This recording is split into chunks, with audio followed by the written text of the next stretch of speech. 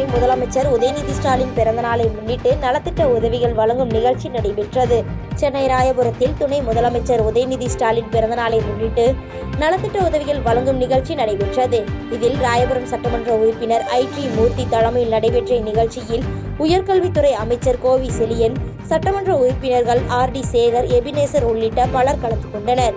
தொடர்ந்து விழா மேடையில் பேசிய உயர்கல்வித்துறை அமைச்சர் கோவி செழியன், தமிழகத்தில் 75 ஆண்டுகளுக்கு மேலாக மக்கள் நலனில் அக்கறை உள்ள கட்சி திமுக தான் என்றும், இது குறித்து அதிமுக செயலாளர் எடப்பாடி கே. பழனிசாமியால் ஒன்றும் பேச இயலாது என்றும், அவருக்கு 100 ஆண்டு என்றால் என்ன என்பதே தெரியாது என்றும், திமுக அமைச்சர் பி.கே. சேகர் பாபுவையே அவரால் சமாளிக்க முடியவில்லை என்று விமர்சித்து பேசினார். இந்த இயக்கத்தோடைய வளர்ச்சி எப்படி? தந்தை பெரியாருக்கு 100 ஆண்டு விழா கண்டிருக்கிறோம், அறிஞர் அண்ணாவுக்கு 100 ஆண்டு விழா கண்டிருக்கிறோம், இடமால பேராசிரியருக்கு 100 ஆண்டு விழா கண்டிருக்கிறோம். நம்மிடமிருந்து பிரிந்து போனாலும் நடமாடு பல்கலைக்கழகம் என்று பேசப்பட்ட அந்த நாவலருக்கும் 100 ஆண்டு விழா கொண்டாடி இருக்கிறோம்.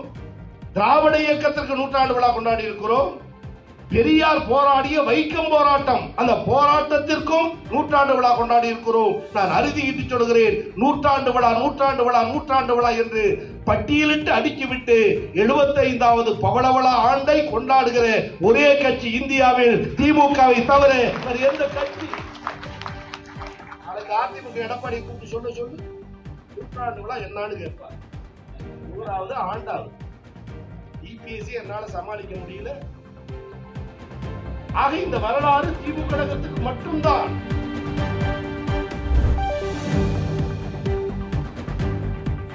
பள்ளிப்பாளையத்தில் வைகுண்ட ஏகாதசியை முன்னிட்டு 22,000 பக்தர்களுக்கு லட்டு தயாரிப்பு பணி தீவிரமடைந்துள்ளது.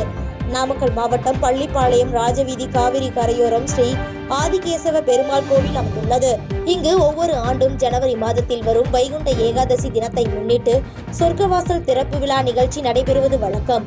அந்த வகையில் வரும் வெள்ளிக்கிழமை அன்று அதிகாலை சொர்க்கவாசல் திறக்கப்பட உள்ள நிலையில் இந்நிகழ்வில் பங்கேற்கும் பக்தர்களுக்கு கோவில் நிர்வாகம் சார்பில் லட்டுகள் மற்றும் அன்னதானம் வழங்கப்படும். இதன் ஒரு பகுதியாக பக்தர்களுக்கு வழங்குவதற்காக லட்டு தயாரிக்கும் பணி கோவில் மண்டபத்தில் தீவிரமாக நடைபெற்று வருகிறது. இந்த லட்டு தயாரிப்பு பணியில் 100க்கும் மேற்பட்ட பக்தர்கள் கலந்து கொண்டு 22,000த்திற்கும் மேற்பட்ட பக்தர்களுக்கு பிரசாதமாக வழங்குவதற்காக லட்டு தயாரிக்கும் பணியில் தீவிரமாக ஈடுபட்டு வருகின்றனர்.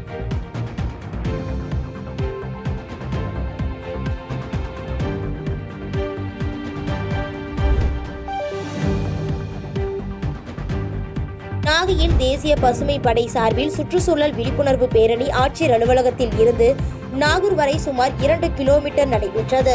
மத்திய அரசின் சுற்றுச்சூழல் வனம் மற்றும் காலநிலை மாற்றத்துறை, மாநில அரசின் சுற்றுச்சூழல் காலநிலை மாற்றத்துறை சார்பில் சுற்றுச்சூழல் கல்வி திட்டத்தின் கீழ் விழிப்புணர்வு பேரணி நாகையில் நடைபெற்றது. இந்த பேரணியை தமிழ்நாடு மாசு கட்டுப்பாட்டு வாரிய மாவட்ட சுற்றுச்சூழல் பொறியாளர் பி. தமிழொலி கொடியசைத்து துவக்கி வைத்தார். தொடர்ந்து தேசிய பசுமை படை சார்பில் சுற்றுச்சூழல் விழிப்புணர்வு துண்டு பிரசுரங்கள் பொதுமக்களுக்கு வழங்கப்பட்டன. இந்நிகழ்ச்சியில் நாகை அரசு தொழிற்பயிற்சி நிலையத்தைச் சேர்ந்த 100க்கும் மேற்பட்ட மாணவர்கள் கலந்து கொண்டனர். மேலும் இதில் சுற்றுச்சூழல் தகவல் பரப்பு மைய ஒருங்கிணைப்பாளர் எஸ். செங்குட்டுவன் உள்ளிட்டோர் சிறப்பு அழைப்பாளர்களாக கலந்து கொண்டனர்.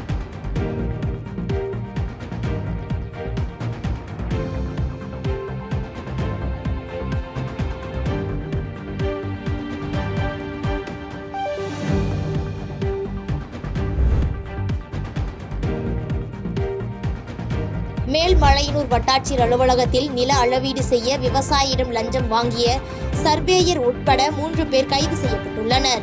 விழுப்புரம் மாவட்டம் மேல்மலையனூர் அடுத்த மேல்வயலாமூர் கிராமத்தைச் சேர்ந்த விவசாயி குமார். இவர் தனது விவசாய நிலத்தை அளவீடு செய்வதற்காக மேல்மலையனூர் வட்டாட்சியர் அலுவலகத்தில் உள்ள நில அளவியலாளர் தங்கராஜ் என்பவரிடம் மனு கொடுத்திருந்த நிலையில் நில அளவீடு செய்வதற்கு 9,000 ரூபாய் லஞ்சமாக கேட்டுள்ளார். தொடர்ந்து இது குறித்து விழுப்புரம் மாவட்ட லஞ்ச ஒழிப்பு போலீசாரிடம் புகார் மனு அளிக்கப்பட்டது. இப்புகாரின் அடிப்படையில் லஞ்ச ஒழிப்பு பிரிவு துணை காவல் கண்காணிப்பாளர் அழகேசன் தலைமையில் அடங்கிய குழுவினர் லஞ்சம் வாங்கிய 3 பேரை சுற்றி வளைத்து வட்டாட்சியர் அலுவலகத்தில் இரவு 12 மணி வரை சுமார் 8 மணி நேரமாக விசாரணை நடத்தினர். இதனைத் தொடர்ந்து மேல்மலையனூர் வட்டாட்சியர் அலுவலகத்தில் நில அளவு பிரிவைச் சேர்ந்த surveyor Thangaraj, licence surveyor Bharathi மற்றும் புரோக்கர் சரத்குமார் ஆகிய 3வரையும் கைது செய்து அழைத்துச் சென்று விழுப்புரம் லஞ்ச ஒழிப்பு நீதிமன்றத்தில் ஆஜர்படுத்தினர். இதனால் அப்பகுதியில் பரபரப்பு ஏற்பட்டது.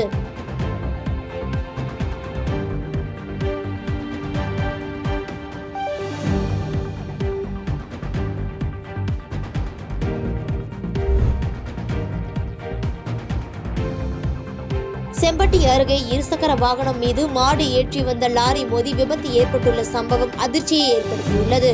திண்டுக்கல் வத்தலகுண்டு ரோடு வக்கம்பட்டியை அடுத்த ஜெயினி கல்லூரி அருகே இருசக்கர வாகனத்தில் சென்ற சீவல் சரகு பகுதியைச் சேர்ந்த மதன்குமார் என்ற இளைஞர் மீது மாடு ஏற்றி வந்த லாரி ஒன்று மோதி விபத்துக்குள்ளானது.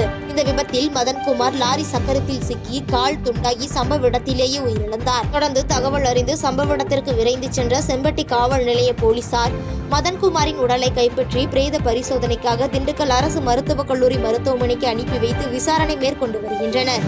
இச்சம்பவம் அப்பகுதியில் பரபரப்பை ஏற்படுத்தியுள்ளது.